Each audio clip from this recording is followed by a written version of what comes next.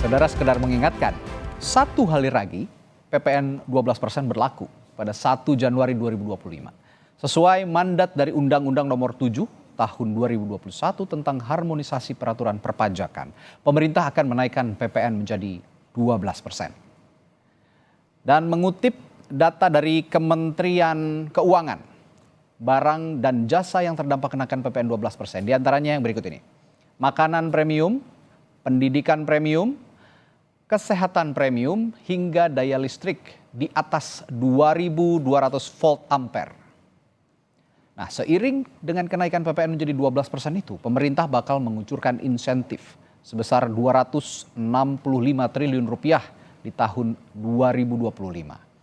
Saudara, kenaikan PPN menjadi 12% ini akan berdampak ke seluruh kalangan ekonomi masyarakat, terutama kelas menengah. Dan mengutip data dari Badan Pusat Statistik, jumlah kelas menengah di Indonesia mengalami penurunan dari 57 juta warga menjadi 47 juta, artinya ada 10 juta penurunan sepanjang tahun 2019 hingga tahun 2024. Nah, aksi menolak PPN 12%, saudara, belakangan terus bergulir karena dinilai akan semakin menyulitkan masyarakat. Lalu apa langkah pemerintah menjaga ekonomi rakyat? Kami punya bahasannya usai tayangan berikut ini. Sesuai ketentuan undang-undang, PPN 12% akan berlaku mulai 1 Januari 2025 mendatang. Suara penolakan kebijakan PPN 12% terus bergulir, termasuk dari kalangan mahasiswa. Mahasiswa yang tergabung dalam Badan Eksekutif Mahasiswa Seluruh Indonesia mendesak Presiden Prabowo Subianto mengeluarkan Perpu untuk menunda atau membatalkan PPN 12%. Tuntutan kita sederhana, cuma ada 3 dan betul-betul terfokus terhadap isu PPN ini. Yang pertama, kita mendesak Presiden untuk mengeluarkan Perpu yang membatalkan PPN 12%. Yang kedua, kita mendesak pemerintah untuk berhenti memeras rakyat. Begitu. Yang ketiga, kita mendesak pemerintah untuk mengoptimalkan dana dan pengelolaan APBN.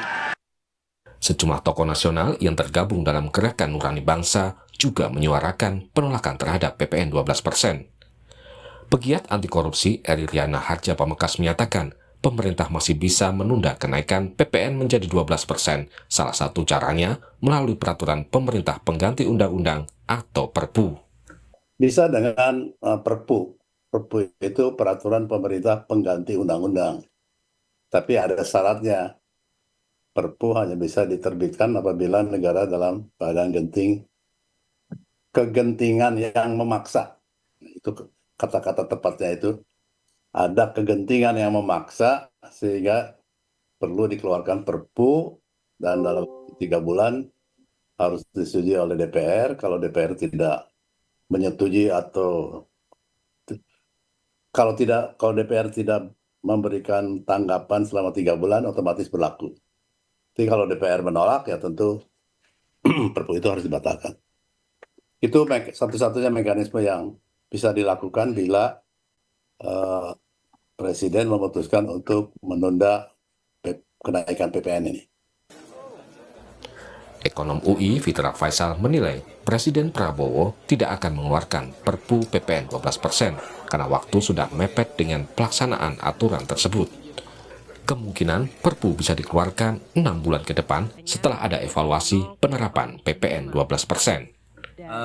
Kalau dilihat dari sisi presiden ya bisa saja. Tapi tentunya ketika kita melihat bahwa waktunya itu tinggal sedikit lagi ya, kan besok sudah 1 Januari nih, beberapa hari lagi ya, sudah mulai diberlakukan. Maka kalau Perpu itu diberlakukan per 1 Januari itu sepertinya agak sulit ya. Karena pada akhirnya ini juga akan mengganggu keseimbangan dari sisi birokrasi, dari sisi investor juga akan melihat ini kok kebijakannya berubah-berubah gitu kan, dan seketika. Nah, ini juga perlu dijaga. Juga kemudian ada exemptions, ya ini mungkin jalan tengah yang harus kita tempuh nih. Sembari kemudian nanti harus ada evaluasi ya. Apakah ini baik untuk perekonomian selama 6 bulan ini, kita harus lihat. Dan saya rasa tidak menutup kemungkinan ya untuk keluar Perpu itu setelah nanti ada evaluasinya di semester 1 tahun 2025. Sementara Presiden Prabowo saat berpidato di perayaan Natal meminta diberi kesempatan untuk membuktikan kinerjanya. Prabowo menegaskan pemerintahannya tidak akan mempersulit kehidupan rakyat. Saya bertekad untuk memimpin suatu pemerintah yang bersih, pemerintah yang akan menjaga kepentingan rakyat Indonesia. Tidak ada niat sedikit pun untuk kami mempersulit kehidupan rakyat Indonesia. PPN 12% akan diberlakukan 1 Januari mendatang. Untuk mengantisipasi dampak negatif PPN 12%, pemerintah telah menyiapkan insentif senilai Rp265 triliun.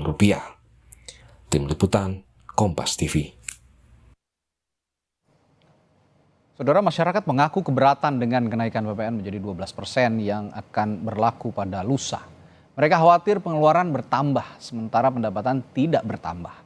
Lalu seperti apa siasat untuk mengantisipasi bengkaknya pengeluaran akibat PPN penerapan, maksud kami akibat penerapan PPN 12%?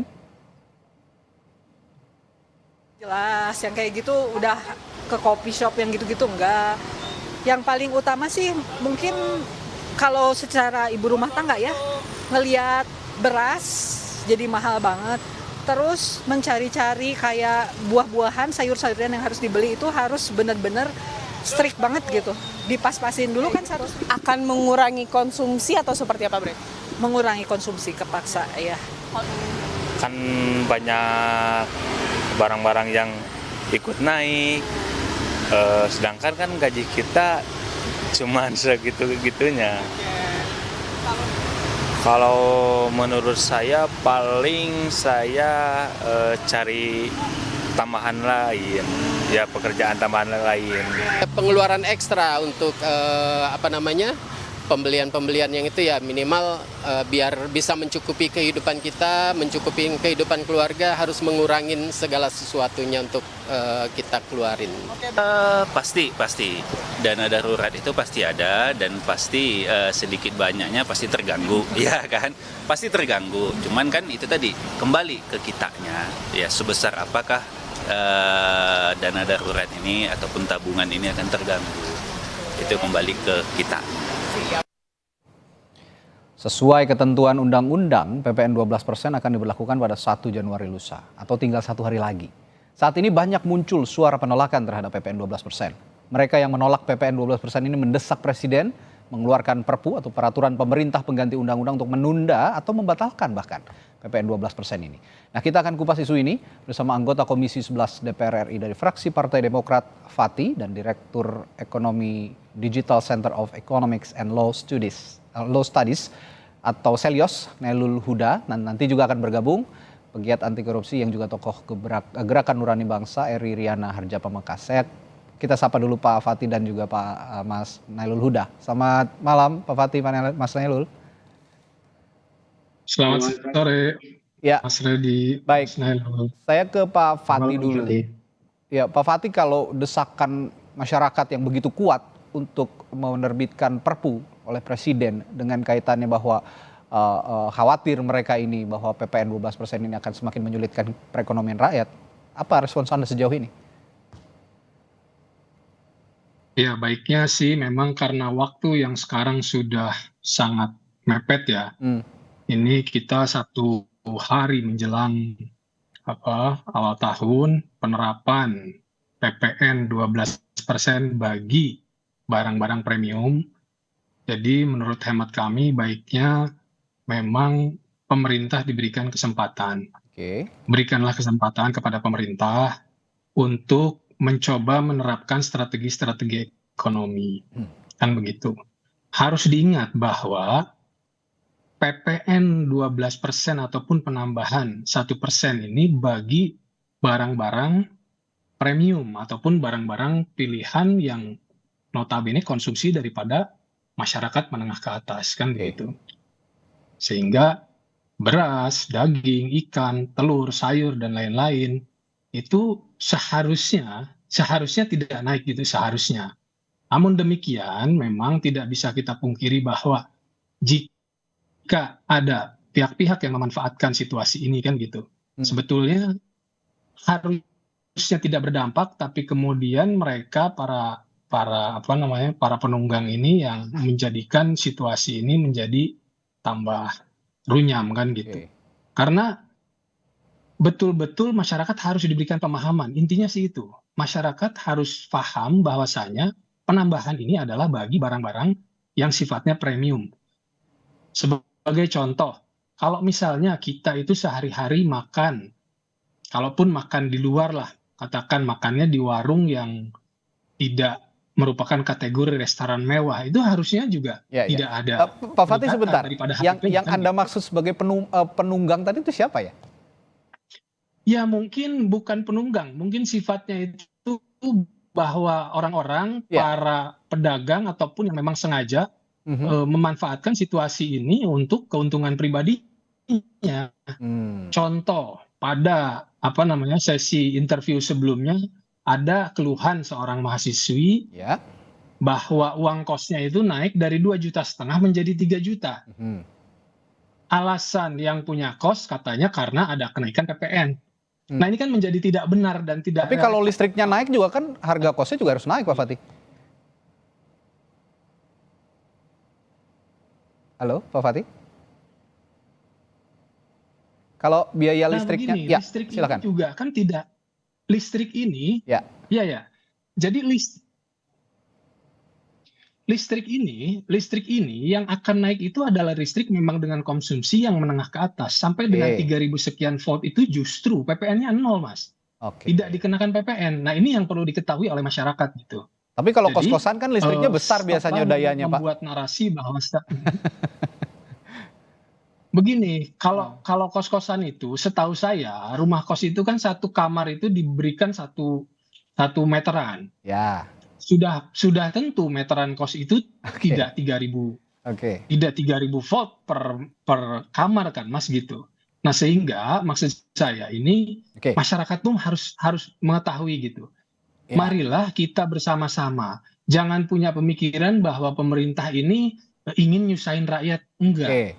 Kita harus ingat bahwa subsidi total yang diberikan bagi masyarakat di tahun 2024 ini totalnya ini 827 triliun, Mas. Salah satunya ini juga untuk subsidi PPN dengan besaran kurang lebih 265,5 triliun. Nah, sehingga ini harus dilihat. Ya, kasih kesempatan dulu gitu ya untuk pemerintah. Baik, saya ke Mas Nailul dulu. Mas Nailul, kalau bicara aturan sangat ingin dan baik, saya ke Pak Fatih, mohon maaf, saya ke Bung Nailul dulu.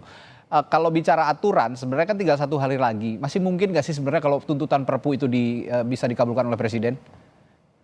Ya, Mas. Terkait dengan apakah masih mungkin, ini sangat-sangat mungkin sekali. Mungkin ya? Ya, masih ada 1 hari sisa. Ada 2 kemungkinan sebenarnya yang bisa kita tunggu dari pemerintah. Adalah yang pertama, menerbitkan Perpu tentu saja. Nah, kedua, memang tidak menerbitkan PMK. Nah, ini yang saya rasa juga sudah terjadi sebenarnya ketika kita melihat ada pajak karbon. Nah, ini mungkin belum banyak yang mengetahui bahwa pajak karbon itu juga harusnya diterapkan itu di tahun 2022. Hingga sampai saat ini tidak ada implementasi sama sekali. Artinya, ini yang dilanggar juga ada, dan juga kita melihat bahwa ya ini tergantung government will saja dari pemerintah apakah memang ingin menaikkan tarif PPN atau tidak gitu. Mas Nailul, mohon maaf, Pak Fatih juga saya harus potong sebentar karena kita akan menyimak kumandang azan maghrib untuk wilayah Jakarta dan sekitarnya. Kita akan lanjutkan dialognya sesaat lagi. Kami ucapkan selamat menunaikan ibadah sholat maghrib bagi Anda yang menjalankannya di wilayah Jakarta dan sekitarnya. Dan sebelum kita lanjutkan perbincangan malam hari ini, saya akan membacakan satu pernyataan dari Presiden Prabowo Subianto yang menargetkan pertumbuhan ekonomi 8%. Presiden mengakui banyak pihak tidak percaya bahwa target ekonomi itu bisa dicapai sebenarnya. Prabowo bilang pemimpin harus berani dan yakin akan berhasil. Saya mencanangkan pertumbuhan 8%. Banyak yang tidak yakin dan tidak percaya. Ya kita buktikan. Belum tentu kita akan capai 8%. Tapi sekali lagi, ya, pemimpin-pemimpin yang berani, pemimpin-pemimpin yang besar dalam sejarah pengalaman saya sendiri, dalam karier saya sebagai prajurit. Kalau saya hadapi musuh yang berat, saya harus yakin saya akan berhasil. Saya akan menang. Kalau tidak, kita nggak berani berbuat. Ya, kita lanjutkan perbincangan. Mas Nailul, kalau tadi saya tanya konteksnya dalam kaitan soal Perpu. Tapi saya juga akan tanyakan pada Anda soal statementnya atau pernyataannya Pak Prabowo barusan. Misinya kan pemerintah meningkatkan perekonomian, ada pertumbuhan ekonomi 8%. Dengan naiknya PPN 12%, make sense nggak ini bisa tercapai? Ya, jadi seperti ini Mas, kita tahu bahwa PDB kita ditopang oleh konsumsi rumah tangga. 51% lebih, tepatnya 53% kalau saya nggak salah ingat ya. Itu ditopang oleh konsumsi rumah tangga. Artinya adalah daya beli masyarakat menjadi komponen penting untuk menciptakan PDB. Nah, PDB ini kan kalau kita lihat kan juga bisa kita sampaikan gitu kan. Untuk mencapai 8% itu ya effortnya lebih-lebih gitu kan. Apalagi kalau kita lihat di sini ada kenaikan tarif PPN yang pasti akan membuat pertama dampaknya pasti akan ke inflasi. Inflasi kita prediksi itu mencapai 4,1%. Nah, ketika inflasi naik, ini bisa mengancam kepada daya beli masyarakat yang saat ini juga belum sembuh 100% dari COVID-19. Artinya ini kita masih punya step-step yang memang harus dilalui gitu kan. Dan juga kita lihat ini ketika ini dinaikkan daya beli melemah dan sebagainya, berat bagi Prabowo dan pemerintahannya untuk bisa mencapai pertumbuhan ekonomi yang tadi disampaikan sama Prabowo sekitar 8% gitu kan. Ini sungguh berat kalau misalkan daya beli masyarakat ini diganggu. Kalau gitu saya ke Pak Fatih. Pak Fatih, dengan tadi target Pak Prabowo pertumbuhan ekonomi 8%, tapi ada kenaikan PPN. Ini kan kalau kenaikan PPN kemarin diklaimnya adalah yang tertekan adalah kelas menengah. Sedangkan kelas menengah ini penggerak ekonomi nomor 1 konon untuk menaikkan pertumbuhan ekonomi. Ya memang ada buffer selama 2 bulan. Dan tadi jumlahnya Pak Fatih sempat singgung ratusan miliar. Tapi kan untuk melihat pertumbuhan ekonomi tidak bisa 2 bulan. Hanya harus ada 1 tahun tolak ukurnya. Bagaimana penjelasan Anda soal ini? Betul. Yang pertama kita tentu harus optimis. Harus optimis bahwasanya target-target ekonomi yang disampaikan tadi oleh Bapak Presiden itu harus bisa tercapai. Kenapa negara lain bisa mencapai, kenapa kita tidak bisa dengan sumber daya alam dan kualitas manusia kita? Tentu kita bisa. Namun untuk mencapai ke situ perlu beberapa strategi.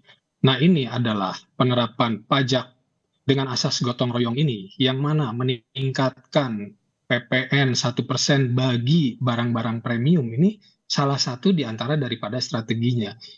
Ini, Mas, harus diberikan pemahaman. Saya juga mohon diberikan kesempatan untuk menjelaskan bahwa masyarakat harus tahu 12% ini bukan untuk semua kelas produk yang dikonsumsi oleh masyarakat se-Indonesia gitu. Bagi masyarakat umum, bagi mungkin sebagian besar masyarakat, itu justru PPN-nya ini 0, disubsidi oleh pemerintah. Totalnya itu disubsidi tahun kemarin 265 triliun. Kalau misalnya orang kaya nggak boleh dipajekin, terus siapa yang mau dipajekin gitu, Mas? Kan tentu asas gotong royong dan asas keadilan yang disampaikan berulang-ulang oleh Menteri Keuangan, Ibu Menteri Keuangan itu adalah bahwa yang mempunyai kemampuan ekonomi lebih tentu harus menanggung lebih gitu. Itulah asas keadilan kan gitu. Nah, jadi sekali lagi PLN saja bagi listrik ini, Mas, saya izinkan saya memberikan penjelasan sedikit ya. Baik, silakan. 99,5% daripada konsumsi listrik di Indonesia itu 0 PPN-nya. Kemudian pajak usaha kecil menengah dengan omset 500 juta per tahun itu pun 0. Kemudian pajak UMKM dengan omset final 4,8 miliar per tahun 0,5%. kita selalu membanding-bandingkan dengan Vietnam. Vietnam itu PAIR-nya untuk UMKM itu 15%.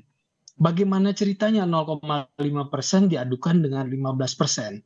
Nah, kemudian sekali lagi, sumbangan ataupun subsidi daripada pemerintah bagi PPN masyarakat kelas menengah ke bawah ini 265 triliun.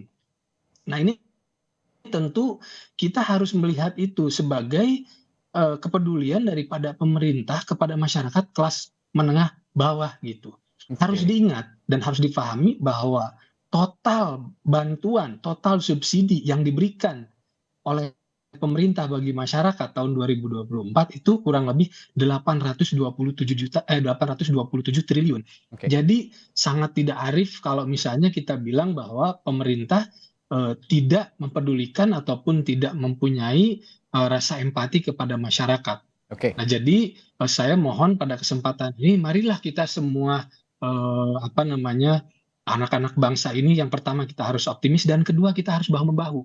Pak Presiden selalu bilang, kalau misalnya kita punya rencana terus kemudian dinafikan, dibantah, bagaimana? Itu saya kira kita harus fair juga. Mari kita berikan kesempatan kepada pemerintah gitu, Mas. Ya, prinsipnya yang kaya membantu yang miskin, begitulah ya, dalam tanda kutip. Pajak yang untuk menengah ke atas ini nanti akan dialihkan kepada yang membutuhkan atau masyarakat miskin. Tapi begini, saya ke Pak Mas Nailul kalau begitu. Tadi kan ada klasifikasi ya, pajak ini yang diperuntukkan adalah hanya menengah ke atas saja, hanya barang-barang mewah. Nah, sejauh ini Anda melihat klasifikasi pajak untuk barang mewah atau kelas mewah dan kelas bawah ini sudah terklasifikasi dengan baik atau belum? Karena masih ada kegamangan sepertinya. Ya, pertama seperti ini, Mas. Kalau kita ngomongin pajak keadilan ya, ataupun keadilan pajak ya, kita melihat bahwa instrumen PPN ini tidak tepat untuk digunakan sebagai tadi untuk meningkatkan keadilan pajak atau pajak berkeadilan dan sebagainya. Karena kita punya instrumen lainnya. Kita punya instrumen PPNBM atau PPN yang untuk khusus barang-barang mewah gitu. Itu sangat jelas sekali, udah ada dari dulu gitu. PPN itu dikonsumsi oleh semua lapisan masyarakat. Dan kita nggak juga memungkiri orang-orang kelas menengah ke bawah juga, dan khususnya kelas menengah ya, itu juga mengkonsumsi barang-barang yang dia terkena PPN juga. Bukan hanya PPN ini dikonsumsi oleh masyarakat kelas menengah atas. Ini yang saya sampaikan, bahwa PPN ini nggak dikonsumsi oleh masyarakat kelas menengah atas saja gitu kan. Ini dikonsumsi oleh semua masyarakat gitu kan. Dan ketika ini naik, ini juga akan bermultiplier terhadap harga gitu. Harga dari barang itu akan meningkat semuanya gitu kan. Kita melihat hal itu, kalau memang ingin macaki orang kaya dan sebagainya, mengapa nggak pakai instrumen PPNBM gitu. Nah, ini yang tadi saya coba luruskan dari Pak Fatih gitu kan, bahwa ini tidak seperti itu konsep PPN. Ada PPNBM yang dia sudah ada, dan kita satu sedikit lagi, Mas. Kita melihat bahwa ini kegambangan juga terjadi, bahwa ini PPN untuk yang naik nanti 12%. DJP sudah state bahwa semua barang yang terkena PPN 11% itu naik tarif yang menjadi 12%. Tidak ada barang-barang pokok. Yang ada adalah barang-barang yang tadinya dia bebas PPN, dia kena PPN. Ini yang harus diluruskan.